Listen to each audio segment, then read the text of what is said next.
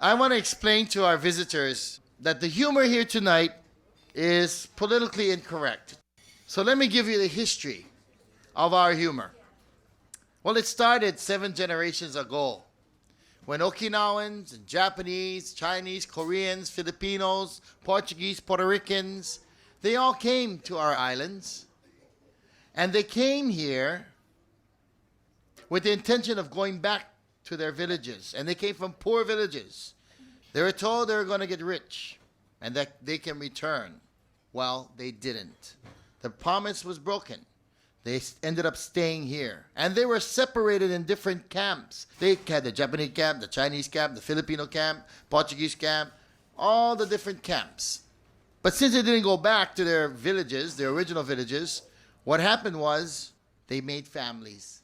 And that was the beginning. The first breakthrough was speaking English. Everybody had to speak English, and Pidgin English came about. They started to make friends because they started to communicate. And that was the tough part, I bet. Because one day, maybe one Japanese guy asked one Portuguese guy, come eat.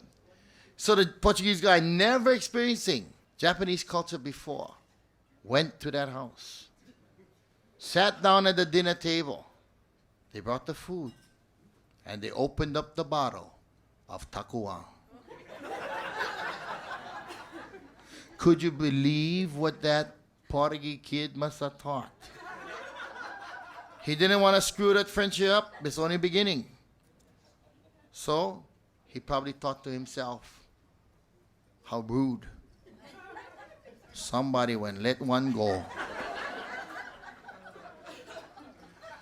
But he didn't say anything. He had respect. Okay? Then after dinner, he had to go and experience Japanese entertainment. Could you imagine that poor thing sitting and watching his friend sing in an ancient style of Japanese singing called Nani Wabushi? How would you feel if you first saw these? What does this? Nani Wabushi Sanju no. He must have thought, was my friend that let one go on the kitchen table. And then the jokes came from that. And that's how they started laughing at all the differences of each other's cultures. They learned how to laugh at themselves. And that's what carried us all these years. And then came the big, huge breakthrough. It took 4 generations. Intermarriage.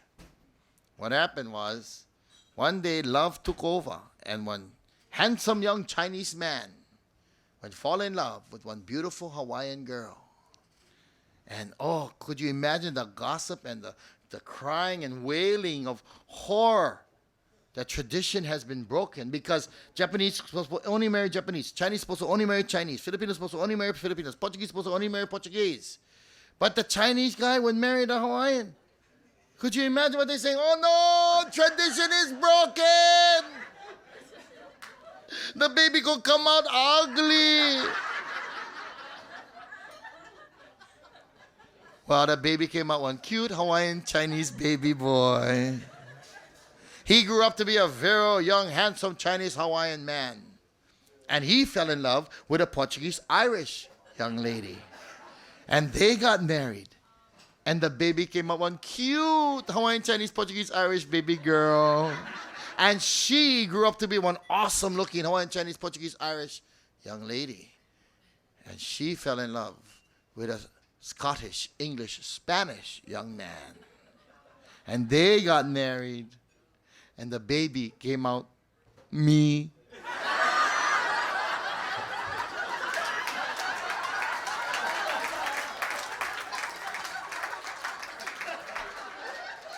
How dare you folks? Hey, I'm good looking. I may be kind of old now. I am kind of fluffy.